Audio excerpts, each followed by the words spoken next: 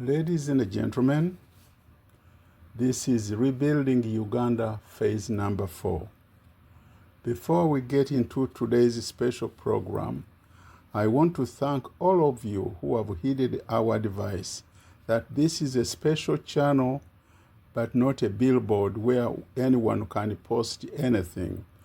We want to concentrate on how we are going to rebuild Uganda, not to share or exchange information or grievances, no matter how good they are. People can find them wherever they are, on YouTube or any other channels. But please, let us concentrate on focusing at this very critical thing, saving our country, because Uganda is in deep trouble. Today, we are going to concentrate on the problem of the youth and the future of Uganda. The date is September 18, 2025. My fellow Ugandans, please lend me your ears. Uganda's greatest wealth is not its gold, not its oil, not its coffee, or its fertile land. Uganda's greatest wealth is its people. And the crown jewels of that wealth are the youth, who constitute over 75% of the population, Uganda's heartbeat of today and its future. However, allow me to caution you, if you cripple the youth, you cripple the nation. If you poison their minds with toxic drugs and beastly corporeal immorality, you are poisoning Uganda's future. If you deprive the youth of good education and training in productive skills and professions, you are depriving Uganda of its future productive and responsible citizens. If you expel them off their ancestral land to scatter in foreign countries, you are destroying the nation. That, my fellow Ugandans, is the most dangerous attack Uganda has faced over the past 40 years of the Tutsi invasion. We should not be deceived to believe that enemies only come with guns and spears. No. They come dressed in entertainment clothing. They come as pastors. They come as persuaders and corruptors with sacks of money and other expensive gifts, such as new vehicles. They lure our young people into empty pleasures of corporal lust. They scatter them abroad with false promises of employment instead of availing them with jobs at home. What they are doing to them is effectively modern-day slavery and human trafficking, especially in the Middle East, where many have met their death at the hands of body parts harvesters and forced prostitution. You may have heard of what just happened in United Arab Emirates. They lure them into festivals after festivals, boat rides and things like that, milking away their little earnings and driving them deeper into poverty. While the nation is in need of producers of goods and services, innovators, and morally balanced and ethical citizens to lead it, Ugandans are relentlessly crying for their people who were kidnapped by killer squads. Those barbarians hide our people in their basements and other dungeons where they torture and kill them. Look around us. When corruption buys loyalty, who pays the price? The youth do. When our so-called leaders sell their people for free cars, money, and favors, who loses their futures? the youth do?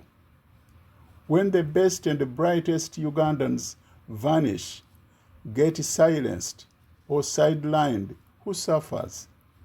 The nation suffers. Evidently, thousands of Uganda's highly qualified medical professionals, engineers, teachers, university professors, etc., are scattered around the world instead of being in Uganda where they could happily serve their own country. History is the witness. Change has never been led by the old and the tired, who are currently the minority. Why can't Uganda's youth learn from the lessons of other countries which have faced similar situations? Do not be fooled by shallow snitches from time immemorial. Change is always carried out by the youth, period. From the American Civil Rights Movement to what is now going on in Nepal, the youth of those countries are at the forefront of change. Countries such as Kenya, the 2010 Arab Spring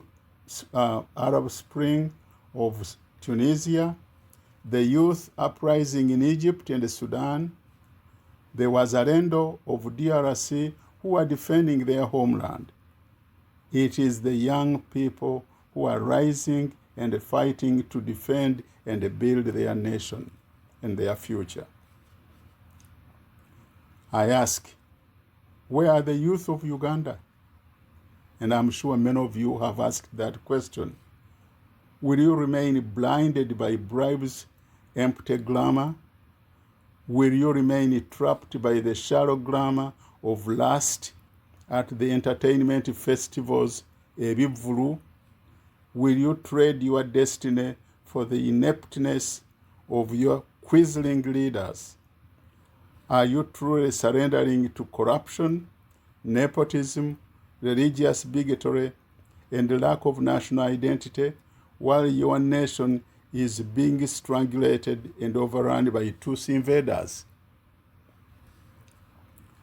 Looking at the situation in Uganda today, Museveni has successfully utilized political quislings to suffocate, neutralize, and subdue the abundant energy of young Ugandans. Let me remind you what I revealed in 1994 when I discovered a very secret document written on August 6, 1962, which was only known by Tutsis. It is their plan of taking over the entire Great Lakes region. That document was published in the UDC newsletter of June 1994. Those of you who remember that newsletter can now do. In that demonic plan, Tutsis outlined the following, among others. Every Tutsi, and this is a quote from that document, every Tutsi intellectual must make friends with local administration office holders and get acquainted with the bureaucratic process and thus prepare himself for eventual takeover, in which he is expected to take the place and eventually head the whole department. Since we cannot replace the Hutu representatives just elected and put our own people in their places, let us befriend them. We must conquer them by offering those gifts, especially alcohol, which will allow us to womb secrets out of them. Offer them our girls, and if necessary, do not hesitate to arrange marriages with them. They will not resist our daughters' angelic beauties. When the control of all important positions is achieved, we must remove all our Bantu enemies. Every Tutsi civil servant must use terror in order to get respect and authority from the uneducated Bantu populace. Every Tutsi must know thoroughly and apply to the Congolese and other ethnic groups surrounding them the methods used successfully to conquer Rwanda. End of the quote. That method, by the way, involved poisoning Hutu leaders by their Tutsi wives. Are you surprised when you see Museveni offering free cars to religious, cultural, and political leaders? Are you still surprised when you hear Uganda's political quislings urging young Ugandans to marry Tutsi women so that our tribal and ethnic identity may be diluted and destroyed? Are you surprised when you hear that new best hotel at Busega, which is owned by one of Museveni's high-ranking officers, is a center for the most obscene and vulgar gang sexual extravaganzas? Imagine the health hazard, the cultural, moral, ethical, and spiritual deformation this behavior is causing in our young people. Are you surprised to see how many Tutsi candidates are paraded by so-called opposition party to run for elected offices in Uganda during the coming sham elections? Do you still doubt that those parties are in reality extensions of the invaders' political strategy? This is their final push to take over Uganda. Are you surprised to see indigenous Ugandans in armed forces, civil services, professions, etc., dying mysteriously or get killed in staged accidents? These invaders teach their people to identify any indigenous person who cares about the fate of his people. Once they identify him or her, they must be denied access to the population and eliminated. The list of Ugandans who have been poisoned and killed is endless. Wake up, my people. Are you surprised to see hundreds of indigenous Ugandans get picked up by killer squads and taken to torture dungeons where they are killed or undergo horrible torture and kept incommunicado for years? How can you be so blinded by corruption, lust, money, and glamour while your people are being exterminated into oblivion? Young people of Uganda, open your eyes and see the light. Uganda is under siege, ladies and gentlemen. To you, the parents, raise children with patriotic vision. Teachers, train builders of nation, not beggars. For those of you who claim to be leaders, be principled men and women of integrity, with moral and ethical standards which will inspire the youth to emulate. Do not be imposters that are out to exploit the masses for your personal gains. For the youth, this much I ask of you: rise up. And I repeat, rise up. If you rise, Uganda will rise from its present ashes.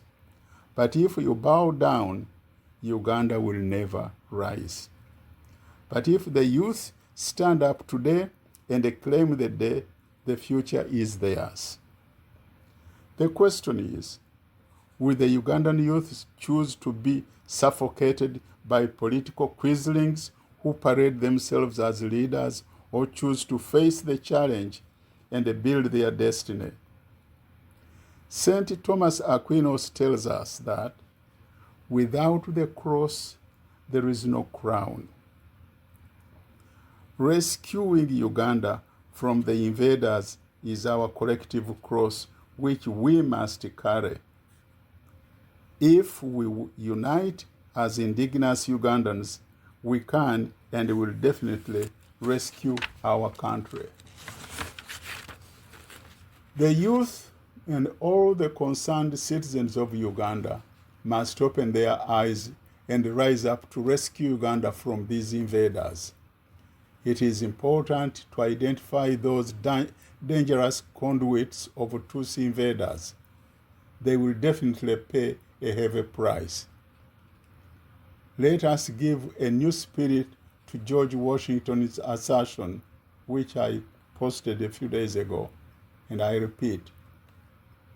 We study and wage war so that our children will learn and enjoy the sciences, arts, and the humanities. Thank you very much for listening, and God bless Uganda.